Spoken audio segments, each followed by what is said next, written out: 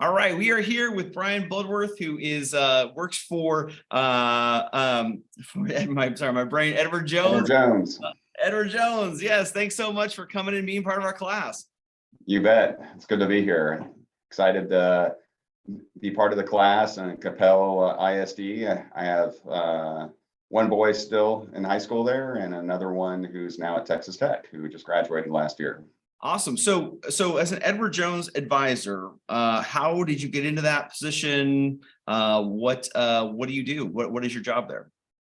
Well, I'm a financial advisor, and this is a position that has always interested in me from the time maybe when I was in middle school or high school. I became interested in investing. I had a young, cool uncle who kind of got me interested in it. But believe it or not, by trade, I'm an electrical engineer. And so I designed chips for Apple, Samsung, Google, Wow. Facebook, Dell, you name it. I did that for 25 years at Texas Instruments. But that enabled me to start investing at a very young age. And so I started investing at 22. Now, a lot of, at the time, that was pretty young. Now I know kids can open up Robinhood accounts and work with their parents and have custodial accounts at a much younger age. But at the time, investing at 22 was pretty young. And that enabled me to really retire early. So I retired from Texas Instruments after 25 years. Yeah. And was able to do a career change, and where I'm actually investing full time now, and not just for myself, but as a financial advisor for others. So you retired. Why go back to work? Why not just put your feet up, go float around the pool, and go on vacations? Why keep working? That sounds like a great idea. I think about it every day. Come on. It's I think I would. You think you want to do that? Now the interesting thing is, if you love what you do, you don't work a day in your life. And I loved working at Texas Instruments, but I have 3 million miles on various different airlines. I was on an airplane every single week, and then when COVID hit, so my wife, she's a doctor. She's in the hospital nonstop. My kids were, at home doing homeschool, and we all know what that was like. And so I decided that that this was a good transition for me. Enables me to really control my own schedule. I'm not, when Apple calls and they want you to be there Monday morning, you got to fly out Sunday night to be there. Oh, And so, right. with this type of job, I have a lot more control over my schedule. And quite frankly, Meredith politely reminded me that, in order to become a doctor, right, you go after high school, you do undergraduate school, and then you have med school, which is 4 years. And then you have, depending on your residency, that's 4 years. And so Right. I'd been working at TI 9 years before she even started her career as a physician. Yeah. And so she's still in the middle of her career, has no plans to retire. And Right. so I had to find something that was a little bit closer to home. My office is in Old Town Capel, right next to George, right? I see a lot of your students there studying as they're getting their very expensive cups of coffee. Right. And but very good. I love George, and my commute now is not even a mile away. I measure it in kilometers, right? It's about a kilometer from my home, Wow. and this is, I love technology, I love engineering, but this has been a career change that's been great for me. And I love investing. And so, and Yeah. I love helping others. And at Edward Jones, we're an independent company. We're not a public company. We don't sell any of our own proprietary products. And so it really allows me to be a good fiduciary for my clients and do things like this, help volunteer and give back to the community as well. Well, it's interesting. We're reading the book Millionaire Next Door. We're just finishing it now. And Great book, by the way. it's an interesting thing because it looks at professions. It looks at doctors, actually. It looks at lawyers and just the difficulty in accumulating wealth as those professions. And they try to allude to a couple reasons maybe why that is. Number one, they're in school forever. Number two, if you're a doctor, you have to maintain this high level looking status to show that you're a good doctor or a good lawyer. Does your wife, does she feel some of those pressures, or does she see other doctors who are in maybe some financial difficulties despite, making a good salary? Yeah, it's very interesting because when Meredith started considering being a physician, she was part of the pre-med group at Washington State University. Okay. And, every month they would invite, physicians, alumnus back to the university. And this is in the 90s and early 90s. And they would ask those physicians, there would always be a student say, hey, would you do this all over again? Right. This is in the 90s, and almost all of them said no, they would not, because laws were changing. It was harder to make a living as a physician. They were taking, physicians used to be small business owners. They were running their own practice. Right. And so the profits of the practice would go to the owners of the practice, and the physician would be part of that. Well, over the last 30 to 40 years, that has changed a lot, where physicians are now employees. Yeah. And she loves her job, absolutely loves her job. Mhm. However, if you go into a lot of debt, you have undergraduate school you have to pay for on average in the state of Texas. That's going to be over $100,000 today. And you have med school. That's going to be $150,000, $200,000. So we're talking about $300,000 of debt before you even make a dime. Yeah. Or $300,000 in educational expense. And then now you're a medical doctor and you are a resident. Well, guess what? If you do the hourly wages for medical residents, you might make more money working at George as a barista.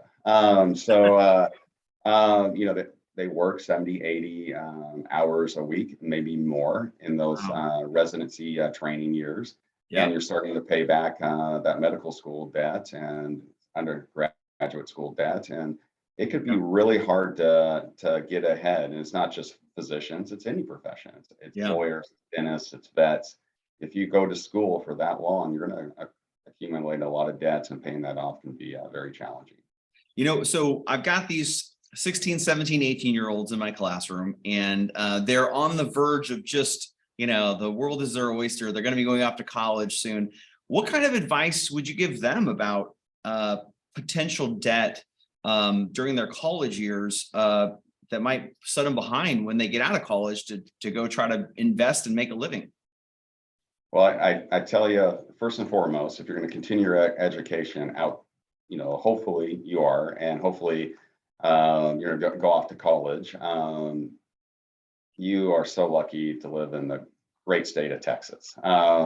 Texas has an amazing university system, and the state schools here are just phenomenal. Of course, you have your big schools like UT and A&M and Texas Tech, but the state is littered with great opportunities at a very affordable price. UT and A&M, some of the best, not some of the best universities in the state of Texas or even in the country, and they are, but in the world, and the resources they have, the types of programs they have. You might think you want to be a biologist. Well, then your freshman year, you decide you hate biology. Well, then you want to switch into engineering, or you want to switch, you want to become okay, I want to go into political science and law. You have those abilities. And so state school is amazing. That'd be my number one recommendation, because you're getting the most bang for your buck.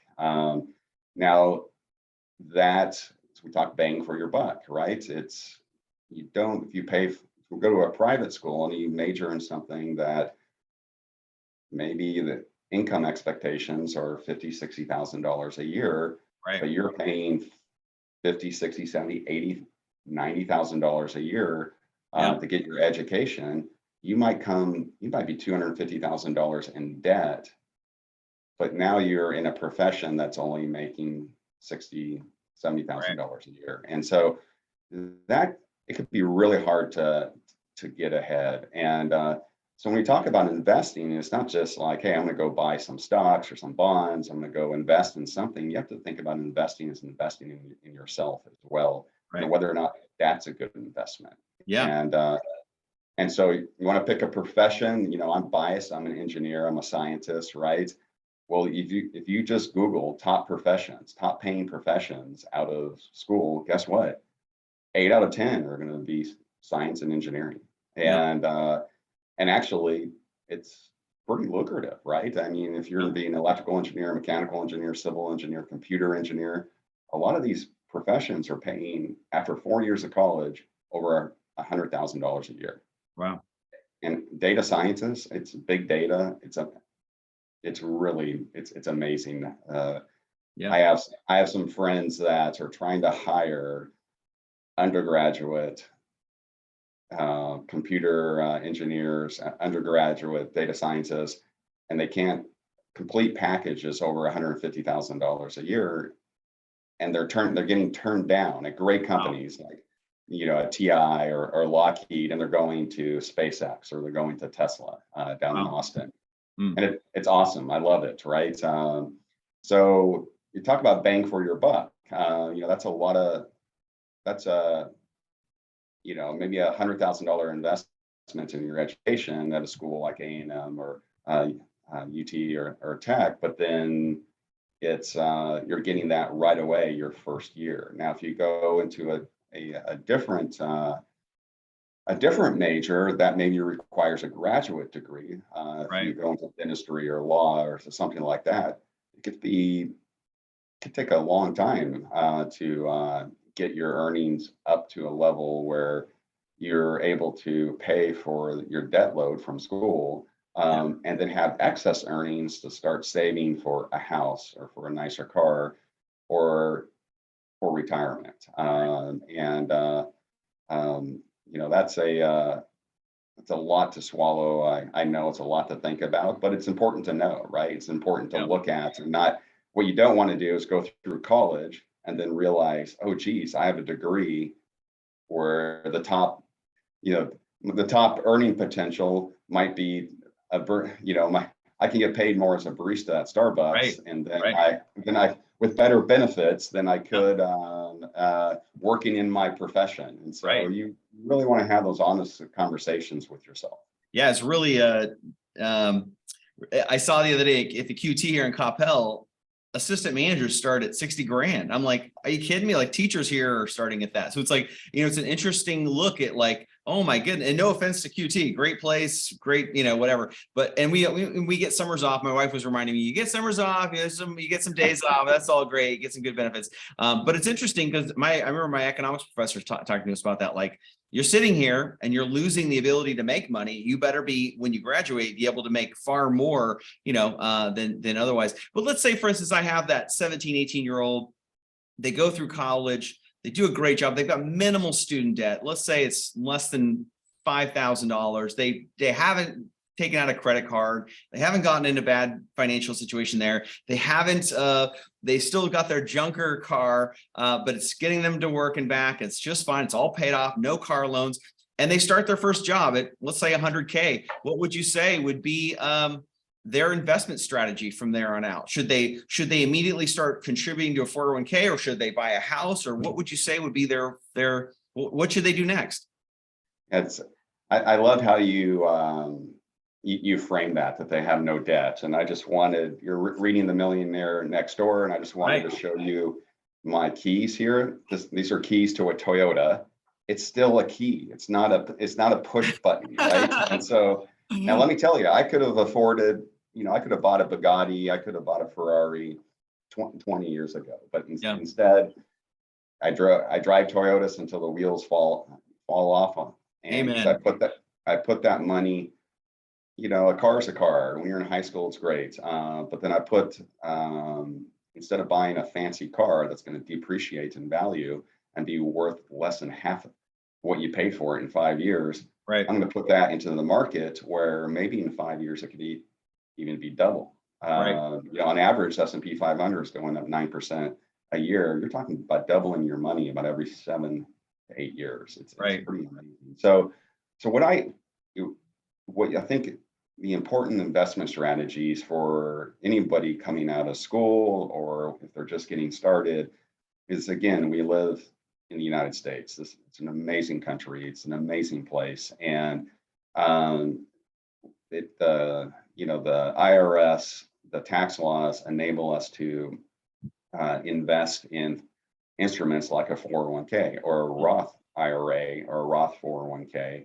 And this is the most efficient place to start. And what I tell a lot of clients, and every client's going to be different, and every client's going to have their specific goals and needs, because shelters of, housing is a pretty important need. But if you have your housing taken care of, investing in your, into a Roth IRA or a Roth 401k, it could really be phenomenal. And just if it's a little bit, I mean, you can probably Google latte retirement plan. So Right. if you if you cut down your latte intake to once a day instead of twice a day or something like that, and just put that into a low cost ETF that tracks the S&P 500, you'll literally have millions of dollars by the time you retire at 65. It's amazing how that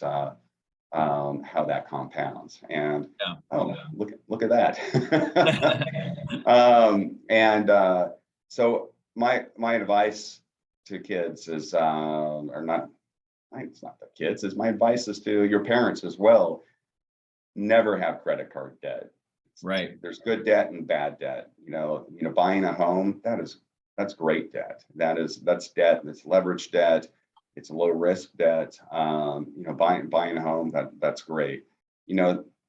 Having school loans is, that there's good school loans and there's bad school loans, right? I mean, not all school, like I said, if you're going to go to a university, it costs $100,000 a year and major in something that you're potentially not going to get that return on investment. Well, then it's maybe that's not a good decision. But if you have your debt low, get that.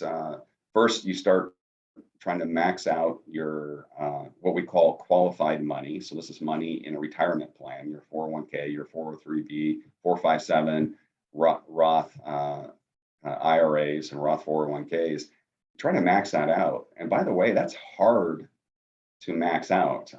So for each individual, if you're under the age of 50, that's $20,500. Yeah. In order to max that out, you have to make a lot of money. And if you're married, okay, well, now that's $41,000. Right. So you can invest $41,000 either tax deferred or tax, after tax money, and it grows tax free. And it will grow and compound tax free as well. And so, or tax deferred in the case of a 401k. That's where you get started. That's where I got started. And that's where so many people like myself who have what I call walk away money, they have the ability to maybe do a career change late in life because they invested in themselves. They took care of themselves first. It's hard to take care of other people if you haven't first taken care of yourself, right? Right. And it's hard to make, big decisions later if you're not confident in your financial future. So if you invest in yourself, and if you invest in your confidence in your financial future, well, then you'll be confident to make decisions like retire early or change jobs or do a job that's more accommodating to, your changing lifestyle. Well, let's go ahead and start our speed round here. I got a minute on the clock here. All right. Look at our terms for this week. And I sent these terms to you in advance. So the first one here is stock. Obviously, we're starting a securities a quarter. And so this is obviously a first one. Go ahead and set the timer. There you go. What is a stock? Well, a stock is a certificate that gives you ownership in a particular company. And so if you have a company that you enjoy or like, you think it's a great company that's going to grow, whether it's your favorite Lululemon, or, if you do PlayStation or Xbox, you have Microsoft and Sony, these, if you think these are good investments, you can actually participate in the success of that company by actually purchasing a share of that company. And Bryan, when you said 1 minute, so 1 minute per slide, or so 1 minute? Yeah, 1 minute per slide. So do you like a stock that you think is going to go up faster, or a stock that gives you dividends? Well, it depends on the company, and it depends on the industry, and and it depends on your risk tolerance as well. So if you are a wildcatter, you don't mind ups and downs because you're invested for the long term, and you think that a particular company has a lot of potential, a lot of growth, then a company that's that doesn't pay dividends might be for you. That's growing. Now, your TikToks of the world and your Snapchats of the world, they're amazing growth companies, but just like a shooting star, right? They burn bright, and then they can also burn out as well. Or a dividend company, a dividend paying company like Microsoft, for example, or Starbucks. These companies, they grow. The stock price does increase, but every quarter, or maybe once a year or twice a year, they're also going to pay you the profits that they make. They're going to pay their shareholders a portion of those profits, which actually can be really nice as well. Okay. All right, here we go. PE ratios. Price per earnings ratio.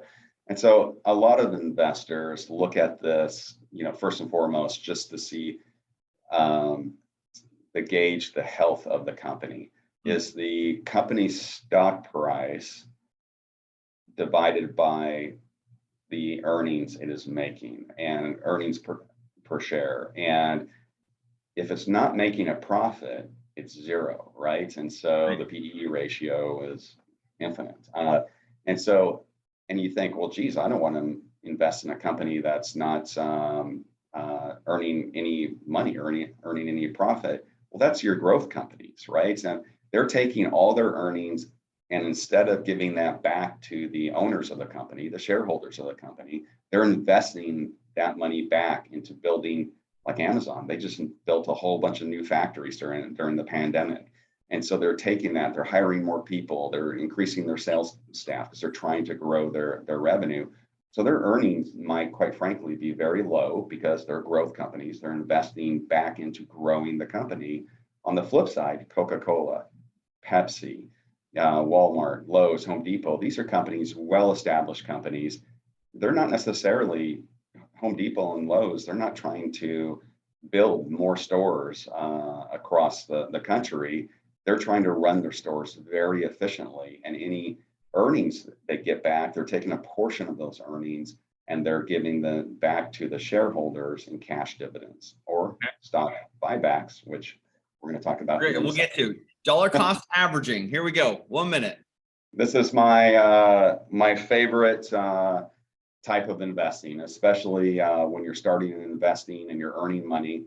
You don't have a lot of cash. If you didn't win the lottery, maybe even if you did, this is a great way to invest because the market's going to go up and down. And if you just make that commitment every week, I'm going to set aside $10 every month, and I'm going to set $100, $1,000, whatever it is, and you're going to do those buys. It doesn't matter if the market is up or down. You're going to religiously do those buys. And the great thing about dollar cost averaging is when the market's up and you buy, you're like, oh, I bought at a high, but you actually acquired fewer shares when the price was high.